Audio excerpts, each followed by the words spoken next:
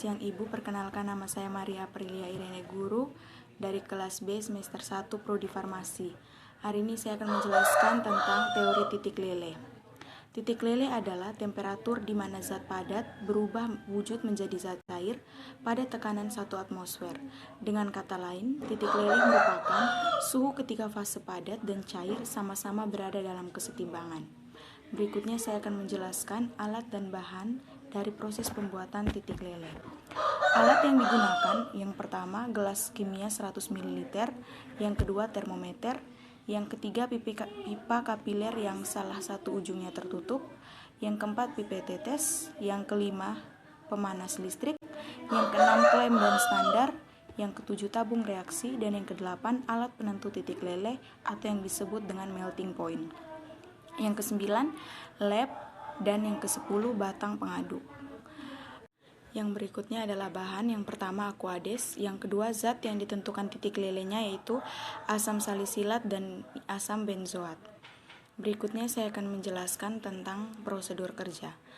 Penentuan titik leleh. Yang pertama, ambil zat yang akan ditentukan titik lelehnya yaitu asam salisilat terlebih dahulu sebelum asam benzoat.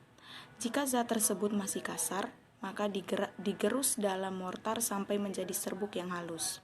Yang kedua, ambil kapiler yang akan digunakan untuk menentukan titik leleh. Yang ketiga, masukkan ujung terbuka kapiler ke dalam serbuk yang akan ditentukan titik lelehnya sehingga kristal masuk ke dalam kapiler.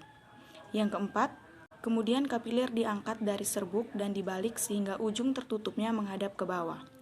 Ketok dinding kapiler dengan jari agar zat yang ditentukan ini masuk ke dalam dasar kapiler. Yang kelima, ulangi langkah ketiga dan keempat sampai sekitar 5-8 mm kapiler terisi kristal. Isi kapiler lainnya dengan cara yang sama. Yang keenam, masukkan kapiler yang telah berisi asam salisilat ke dalam alat yaitu melting point. Yang ketujuh, amatilah zat padat dan amatilah temperaturnya.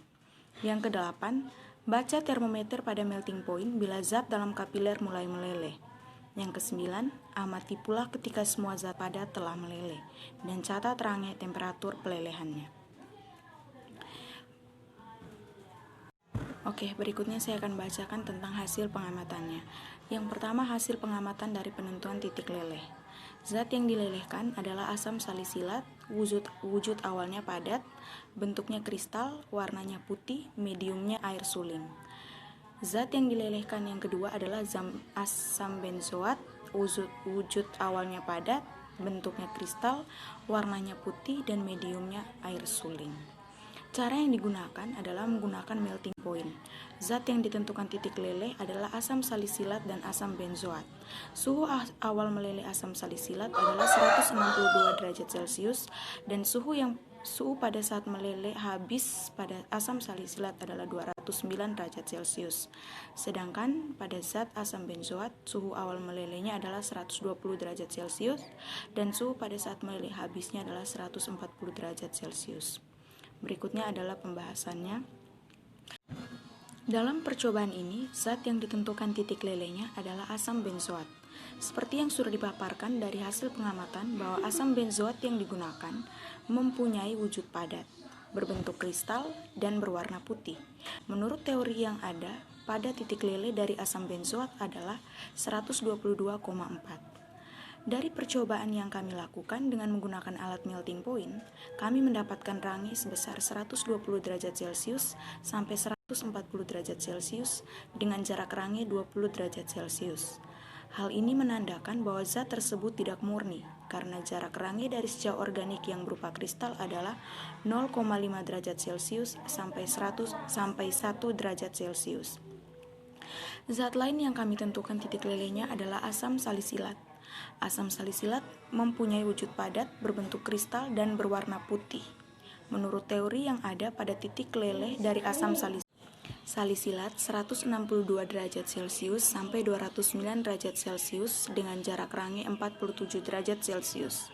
Selain karena zat yang tidak murni, hal ini juga disebabkan karena kelalaian dan ketidaktelitian kami dalam percobaan. Pemanasan dengan tingkat kenaikan suhu yang tinggi dan tidak bertahap menyebabkan penyimpangan titik leleh dan perluasan range dari titik leleh senyawa murninya. Sekian dan terima kasih dan selamat siang.